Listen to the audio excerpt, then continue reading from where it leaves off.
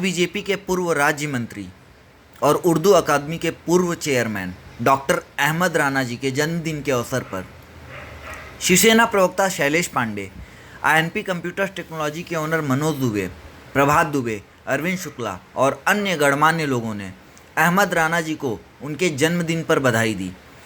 इस अवसर पर अहमद राणा जी ने राष्ट्रवाद न्यूज पर साक्षात्कार करते हुए कहा कि आज मैं अपने जन्मदिन पर प्रधानमंत्री नरेंद्र मोदी जी से भारत को हिंदू राष्ट्र और श्रीमद् भागवत गीता को राष्ट्रीय पुस्तक घोषित करने की मांग करता हूं।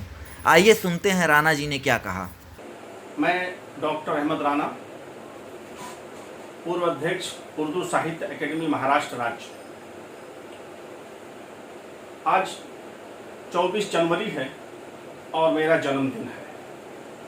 आज मैं मेरे दोस्त श्री शैलेश पांडे जी की ऑफिस में बैठा। आज मैं यहाँ आकर के इतना प्रसन्न हुआ, इतना खुश हुआ कि जनाब हमारे दोस्त शैलेश पांडे ने हमारा इस्तकबाल किया और हमारे जन्मदिन पर हमको मुबारकबाद दिया।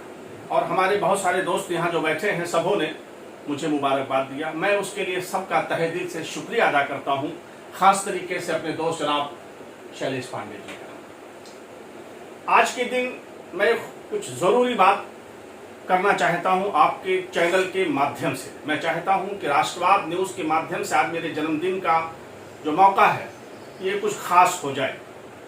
हमारा देश बहुत बड़ा देश है और हमारे देश की सभ्यता, हमारे देश की परंपरा बहुत ही अनोखी और बहुत ही निराली है। हमारे देश को आज की तारीख में लोग कहते हैं कि हिंदू राष्ट्र करार दिया जाए। बेशक मैं आज दिल से इस बात को माननीय प्रधानमंत्री श्री नरेंद्र मोदी साहब से अनुरोध और गुजारिश करता हूं कि इस देश को जल्द से जल्द हिंदू राष्ट्र घोषित किया जाए। और उसके साथ में हमारे दोस्त ने हमें एक धार्मिक पुस्तक, जिसको हम अपनी जुबान में श्रीमद् भागवत गीता कहते हैं, इन्होंने हमको तोहफे में दिया है। सबसे पहले मैं इस किताब को अपने दिल से सीने से लगाता हूं और मैं ये भी मांग करता हूं हमारे देश के प्रधानमंत्री से कि और भारत सरकार से कि इस पुस्तक को, इस किताब को, इस धार्मिक ग्रंथ को, हमारे देश की धार्मिक ग्रंथ को, देश की धार्मिक किताब को मद्देनजर रखते हुए धार्मिक इस किताब को देश की राष्ट्रीय पुस्तक करार दिया जाए। ऐसा मैं बिलखुसूस हमारे देश के प्रधानमंत्री से मांग करता हूं। अब मैं बता रहा हूं कि मैं पिछले दिनों मार्च की 20 तारीख को माननीय प्रधानमंत्री साहब से मुलाकात किया था और उस मौके पे मैंने अपने हाथों से श्री प्रधानमंत्री को एक पुस्तक दिया था, जिस पुस्तक का नाम था कुरान मजीद।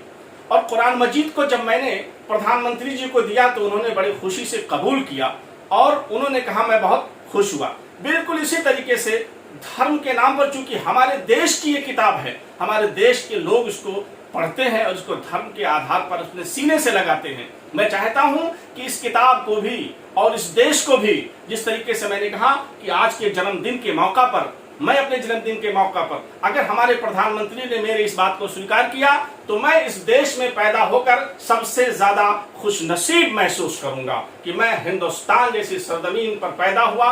और ऐसी सरजमीन, और एक चीज बताऊं, मैं इसलिए नहीं कह रहा हूं कि इस देश को हिंदू राष्ट्र करार दिया जाए। आप सुनिए, ये देश, शैलेश भाई, जब यहाँ मुसलमान नहीं थे, इस्लाम नहीं था, तब ये देश हिंदुओं का देश था। यहाँ हिंदुत्व परंपरा थी और हिंदुत्व परंपरा ने सबको इस देश में बसने की जगह दिया है। चाहे वो ईसाई आए, चाहे वो क्रिश्चियन आए, चाहे वो मुस्लिम आए, किसी भी धर्म के लोग आए, तो हिंदू धर्म एक ऐसा धर्म है कि जो सबों को फलने फूलने का मौका देता है।